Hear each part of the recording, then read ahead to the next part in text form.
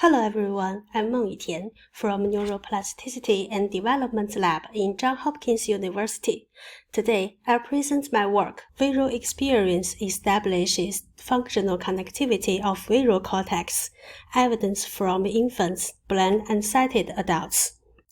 In adults, the brain is partitioned into functional networks, each with characteristic synchrony during the resting state, but their origin is unclear.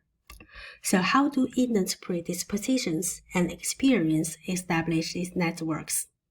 Consider the connectivity of visual cortices to other non-visual networks in blind and sighted adults. In blind people, the visual cortices showed increased resting state functional connectivity with higher cognitive prefrontal cortices, but decreased functional connectivity with non-visual sensory motor areas, like primary auditory cortex or somatosensory motor cortex compared to the sighted adult. Those visual areas also take on higher cognitive functions, like language, math, and executive function. In this study, our question is, what is the role of experience establish this connectivity pattern from infancy? For these questions, we have three hypotheses. Hypothesis 1 is, infants born like sighted adults, loss of vision changes connectivity. Hypothesis 2 is, infants born like blind adults, visual experience establishes the sighted pattern. Hypothesis 3 is, infants born like intermediates, specialization established by vision or blindness.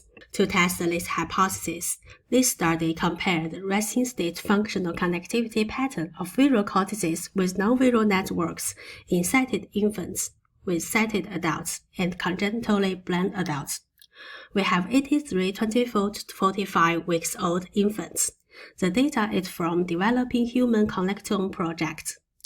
30 congenitally blind adults and 51 sighted adults. We defined three sets of regions: visual regions, prefrontal regions, and non-visual sensory motor regions. The bar graph represents the average connectivity from visual regions to other regions.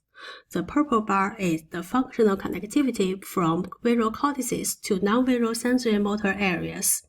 The green bar is the functional connectivity from visual cortices to prefrontal cortices. In sighted adults, the visual cortices showed higher connectivity with non-visual sensory motor cortices than the prefrontal cortices. In blind adults, the connectivity pattern is reversed. So what happens in infants?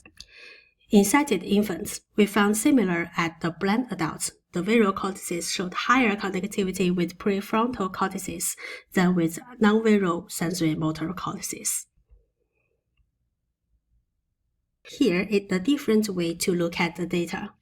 This circle plot represents the proportion of connections from visual cortices to other two networks. The area of those purple and green lines within the circle represents the strength of connections between the visual cortices and other regions. The balance of connectivity between visual and non-visual networks is opposite across blind and sighted adults. In infants, the balance of connectivity between visual and non-visual networks are more like congenitally blind adults, but not the sighted adults. So our results support the hypothesis 2. Infants born like blind adults, visual experience establishes the sighted pattern. Studies showed the visual cortices in blind people participants in higher cognitive functions like language, math, and executive functions.